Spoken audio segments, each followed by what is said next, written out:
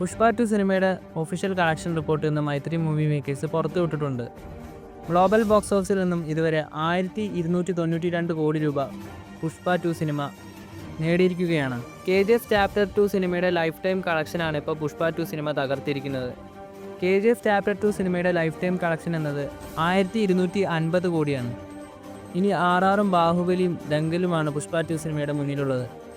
രാജമൗലിയുടെ RR ആണെങ്കിൽ 1387 കോടി രൂപയാണ് ലൈഫ് ടൈം കളക്ഷൻ നേടിയിരിക്കുന്നത്. ഇതെന്തായാലും കുറച്ച് ദിവസങ്ങൾക്കകം പുഷ്പ 2 സിനിമ ബ്രേക്ക് ചെയ്യും. പിന്നീടുള്ളത് ബാഹുബലി 2 ആണ്. 1810 കോടി രൂപ ബാഹുബലി ലൈഫ് ടൈം കളക്ഷൻ നേടിയെന്നാണ് പറയുന്നത്.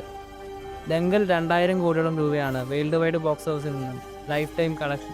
ആമിർ ഖാൻ്റെ ദംഗൽ 2000 കോടിയോളം രൂപയാണ് ലൈഫ് ടൈം കളക്ഷൻ നേടിയിരിക്കുന്നത്. എന്തായാലും പുഷ്പ 2 സിനിമ 2000 കോടി അടിക്കുമോ ഇല്ലയോ എന്നൊക്കെ കണ്ടു തന്നെ അറിയാം. എന്തായാലും അല്ലു അർജുൻ്റെ അറസ്റ്റൊക്കെ നന്നായിട്ട് സിനിമയുടെ കളക്ഷന് ഗുണം ചെയ്തിട്ടുണ്ട്. കൂടുതൽ പുഷ്പ 2 സിനിമയുടെ കളക്ഷൻ അപ്ഡേറ്റുകളുമായി അടുത്തൊരു വീഡിയോയിൽ കാണാം.